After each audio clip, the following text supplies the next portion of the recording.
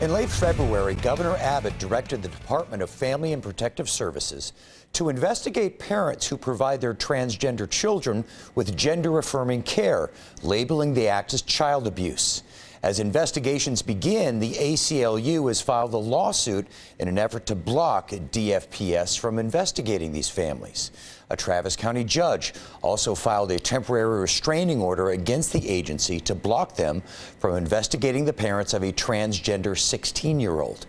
Joining us to talk more about this is former Texas GOP Chairman James Dickey, an LGBTQ plus policy consultant at Progress Texas, Ash Hall. James Dickey, President Biden called this directive political overreach at its worst. What are your thoughts on this? President Biden and his entire party have completely jumped the shark on this. Of course, the state not only has a right, but a responsibility to protect children. The state regulates all sorts of medical procedures, including limitations based on age. And they, again, are trying to change the language. This is not gender-affirming care. This is medical procedures that mutilate genitals and do permanent damage that can never be reversed. And what we have here is also a monetary interest. The folks who do these stand to make a lot of money if they can get kids doing them. It's completely appropriate for the state to stop it. Ash, James Dickey just said that this is mutilation of children. What's your reaction to that? What's your take? I could not disagree more.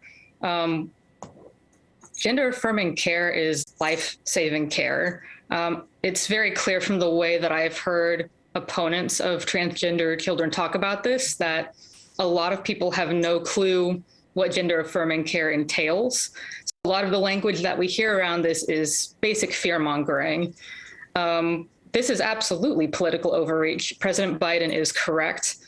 These are decisions that are best made between kids, their families, and their doctors. The government has no place sounding off on this or investigating this. And frankly, the state legislature couldn't even pass a bill around this because there was so much backlash.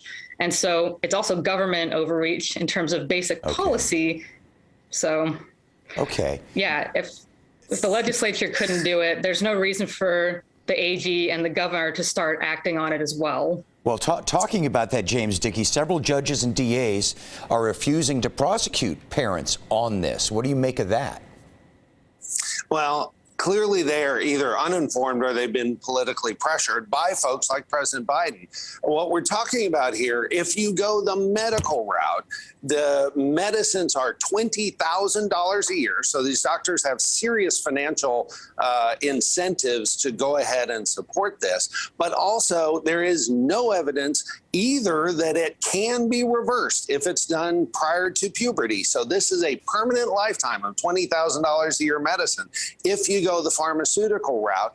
And there is evidence that if you just wait until after they're 18, a huge percentage, and one study showed 95%, do not ever choose to have the treatment. So the doctors and the pharmacy folks know that if they can't get them while they're kids, they won't get them. And that's really what's at stake, a multi-billion-dollar scam that is willing to sacrifice kids' lives permanently. All right, real quickly before we go, Ash Hall, if you could, give us a couple quick examples of what gender-affirming care is. Absolutely. So we are looking at puberty blockers for kids who are minors. This is absolutely reversible, and we know this because before this was ever used on transgender children, it was being used on cisgender children, children who are not transgender, for precocious puberty, which is when the body starts going through puberty much, much earlier than is reasonable. So we've seen this all the time. It doesn't hurt transgender children to go through the same thing, and most transgender children do not change their mind about transition. In the rare event that they do, though, it is just as easy as getting off of puberty blockers, and the body will start going through puberty as originally planned. All right. So we have that piece.